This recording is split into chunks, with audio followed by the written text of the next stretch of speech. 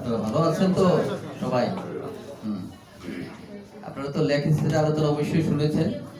আমি এটার একটা এই ল্যাকিসিস সাপটার যে প্রাণ, যে তার যেটাকে বলে আসল রূপ, আসল রূপে কিন্তু আমরা ল্যাকিসিসকে পাই না সহজে। কারণ সে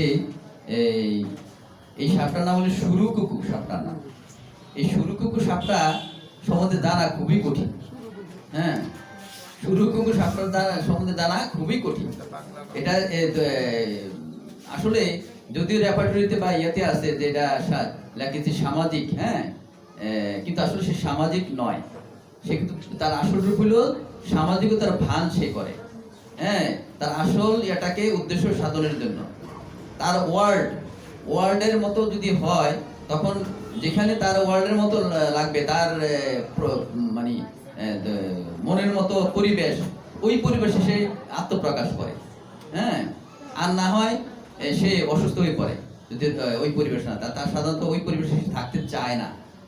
আর যদি না পায়, বাধ্য হয়ে থাকতে হয়, যদি না পায় তাহলে সেই অসুস্থ হয়।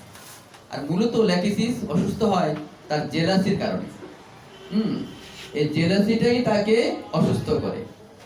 এখন এই সাপটার মূলত তার বৈশিষ্ট্য হলো যে ইন্ট্রোভার্টেড, হ্যাঁ, অন্তর্মুখী।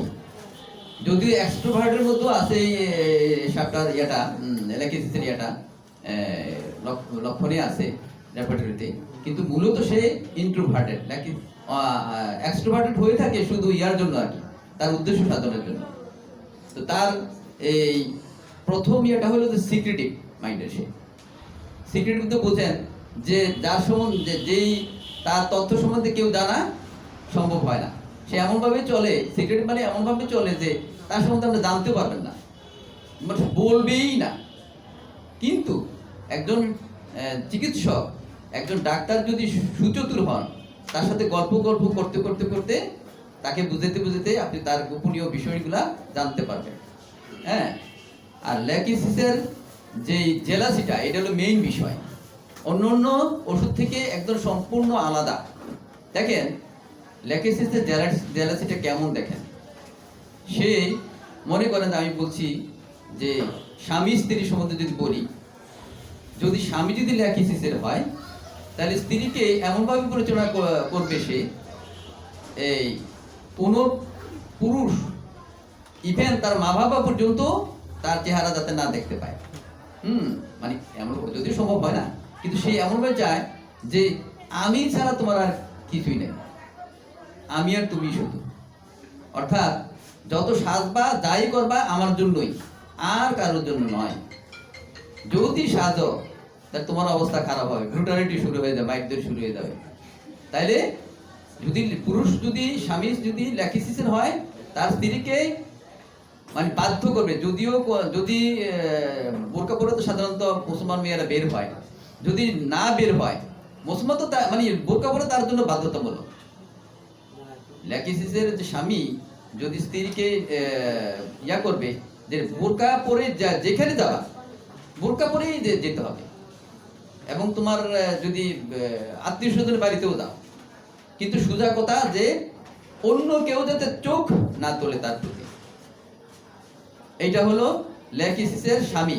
আর স্ত্রী হলে কি হবে, যে তুমি, হ্যাঁ, তুমি সুন্দর সুন্দর কাপড় পরে বাইরে যেতে পারবে না। তুমি সুন্দর সুন্দর কাপড় পরে বাইরে যেতে পারবে না, হ্যাঁ, সাজগোজ করে যেতে পারবে না, নর্মাল ড্রেসে যাবা। অর্থাৎ অন্য কোনো মেয়ে যাতে তোমার দিকে ইমপ্রেস না হয়, তুমি যাতে অন্য কারণ না হও, শুধু আমারই, এটাই মনোভাবটা থাকে। আর যদি হয়তো ঝগড়া লেগে গেল, অশান্তি শুরু হয়ে গেল, কেন তুমি ইয়া করে গেলা। হ্যাঁ, এখন এবার বলবো প্রেমিকার কথা। দেখেন স্বামী তো স্ত্রীর উপরে অধিকার খাটাইতে পারে স্বাভাবিক ক্ষেত্রে, কিন্তু এখানে ল্যাকিসিস একটু বাড়াবাড়ি করে। আর সে অন্ধভাবে সে জেলাসি, তার জেলাসির মানে কোনো যৌক্তিকতা নাই। যে জেলাসিটা সে ইয়া করে, মানে অত্যন্ত অসুস্থতা ব্যঞ্জক জেলাসিটা। আর যদি প্রেমিকা হয়, যেমন একটা রোগীর কথা বলছি, অল্প বয়সের একটা মেয়ে, আমার ওস্তাদে দেখছিলেন, ওস্তাদ হইলেন ডাক্তার আশিক আলী, উনি একটা রুগী, মেয়ে রুগী দেখেছিলেন যার বয়স হলো এসএসসি পার হয়েছে আর কি, না জানি এসএসসি 10 পরে এরকম আর কি। তো সেই মেয়েটা আসছে তার নিয়ে গ্ল্যান্ডের মানে সলি মানে আছে ফুলা এবং অত্যন্ত কঠিন, মানে এটা খুব একটু খারাপ পর্যায়ে চলে গেছে, যেটাকে অপারেশন করলে সমস্যা হইতে পারে। ডাক্তাররা বলছে যে অপারেশন করলে সমস্যা হতে পারে। যাক, তার মা তার ডাক্তার আশিক আলীর কাছে নিয়ে আসলেন। তো ওই মেয়েটার সম্বন্ধে কোনো তথ্যই পাচ্ছে না।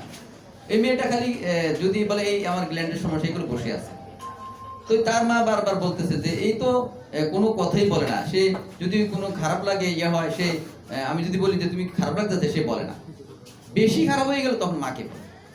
তো মা বাপ তো টেনশন করে, ছেলে মেয়েদের জন্য টেনশন করে না, কি হয়ে গেল বলবে তো আমার কাছে, আমি ডাক্তারের কাছে নিয়ে যাব। কিন্তু মেয়েটা সেটা করে না। তো তাকে ডক্টর আশিক আলী জিজ্ঞাসা করলেন, তুমি বলো না কেন?